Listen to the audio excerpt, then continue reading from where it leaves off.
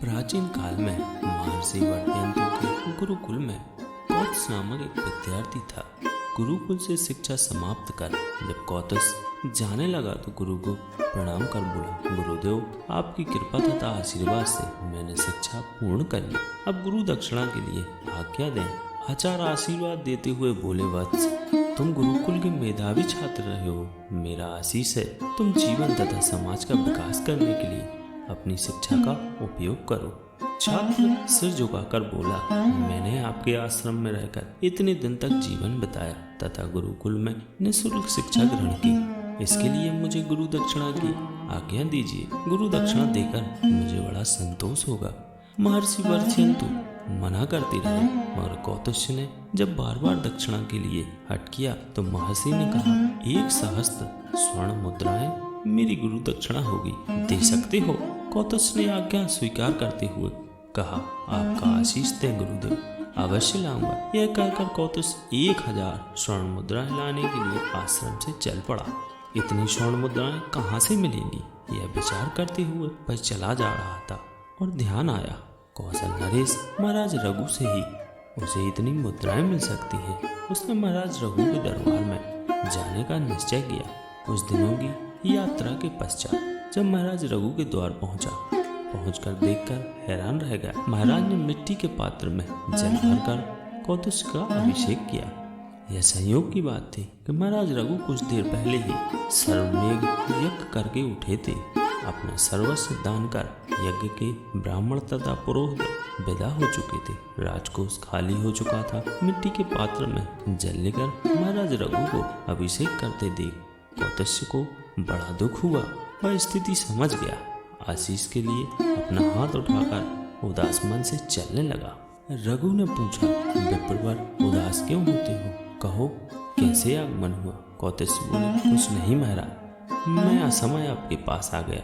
रघु बोले, विप्रवर, रघु के द्वार पर आने वाला खाली हाथ नहीं जाता, उसका दुर्भाग्य चला जाता है। संकोच मत करो, अपने आगमन का उद्देश्य कहो। मुझे 1000 स्वर्ण मुद्राएं गुरु दक्षिणा चुकाने के लिए चाहिए है। खैर, आप चिंता न करें, मैं कहीं और प्रबंध करूंगा। कौत्स ने निराश होकर कहा, कौत्स, निराश मत हो, रघु का राजकोष खाली हुआ है, पौरों सभी शेष है।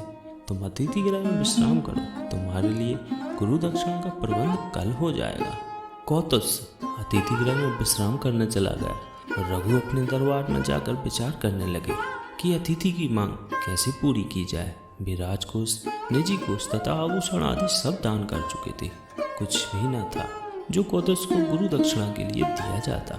उन्होंने अपने मंत्री को बुलाया और उनके सामने यह प्रश्न रखा, मगर वे भी क्या उत्तर देते, कहाँ से देने को कहते। बहुत विचार करने के बाद अंत में उन्होंने अपने सेनापति को बुलाया और कहा, सेनापति, कौत्स नामक एक मेधावी विद्यार्थी अपनी शिक्षा समाप्त कर चुका है और उसे गुरु दक्षिणा चुकाने के लिए उसने मुझसे 1000 स्वर्ण मुद्राओं की मांग की है।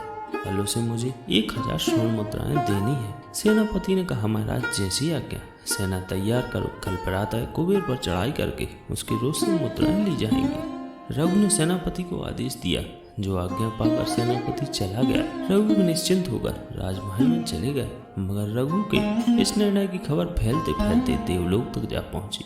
जब कुबेर ने यह सुना तो उसने ही कोष पर हमला करने का निश्चय रघु ने किया है तो खलबली मच गई। रघु के बल विक्रम से देवलोक भी कांपता था। कुबेर ने अपने साथियों के साथ विचार कर तत्काल निर्णय किया कि रघु के हमला करने से पहले रघु की राजधानी पर स्वर्ण मुद्राओं की वर्षा कर दी जाए। बस फिर क्या था, रात ही रात कौशल की राजधानी अयोध्या पर स्वर्ण मुद्राओं की वर्षा हो गई। प्रातः जब महाराज उठे तो उन्होंने देखा कि चारों तरफ स्वर्ण मुद्राएं बिखरी पड़ी हैं। मंत्री दौड़ा आया, महाराज, आश्चर्य है, सारी रात स्वर्ण बरसता रहा, लगता है आपके पुण्य प्रताप से प्रभावित होकर देवराज इंद्र ने यह कृपा की है। यथा समय सब राज दरबार में उपस्थित हुए स्वर्ण मुद्राओं का अंबार लगा हुआ था। कौत्स को बुलाया गया। कौत्स जब दरबार में उपस्थित हुआ तो महाराज रघु ने आदर के साथ आसन देते हुए, कौत्स, यह जो स्वर्ण मुद्राओं का ढेर लगा है, यह सब तुम्हारे लिए है, इसे स्वीकार करो। कौत्स स्वर्ण की विशाल ढेरी को देखकर आश्चर्य होते हुए बोला, महाराज, मुझे तो केवल 1000 ही चाहिए। मैं इन सब का क्या करूँगा? पर यह सब तुम्हारे लिए ही आया है, तुम्हारे ही कारण आया है, इसलिए यह सब तुम्हारा है, इसे राजकोष में नहीं रखा जा सकता। कौतिस बोला, महाराज मुझे स्वर्ण की चाह नहीं है, मुझे तो गुरु दक्षिणा के लिए केवल 1000 मुद्राओं की आवश्यकता है। आवश्यकता से अधिक लेना लोभ है, लोभ से अधर्म होता है, इसलिए राजन मुझे पाप में न डालिए, मुझे तो आवश्यकता भर ही चाहिए। अद्भुत धर्म संकट था। देने वाला याचक के निमित्त आया सारा स्वर्ण देने के लिए आग्रह कर रहा था, पर लेने वाला अपनी आवश्यकता से एक कण भी अधिक नहीं लेना चाहता। देने वाले को ना तो बचा लेने का लोभ था और लेने वाले को सब लेने का मोह भी नहीं था। स्वर्ण भी यह चकाचौंध ना तो राजकोष खाली हुए, राजा को लुभा सकी और ना ही एक दीनहीन ब्राह्मण कुमार को। अंत में कौतिस ने कहा, राजन मुझसे अधिक लेने का आग्रह ना करें, आपके द्वार पर तो ना जाने कितने लोग अपनी आवश्यकताओं की पूर्ति के लिए आएंगे।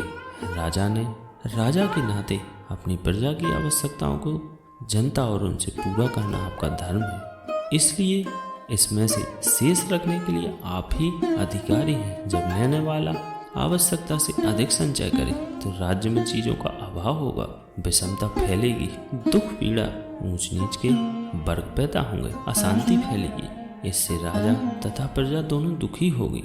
कौतिस की यह बात सुनकर महाराज रघु बड़े प्रभावित हुए। उन्होंने 1000 स्वर्ण मुद्राएं कौतिस को देकर शेष स्वर्ण राजकोष में न डालकर धर्मार्थ कोष में डाल दिया। श्री शिवाय नमस्तुभ्यम। कैसी लगी आपको आज की कथा? ऐसी ही हम आपको नई नई कथाएं लेकर आते रहेंगे।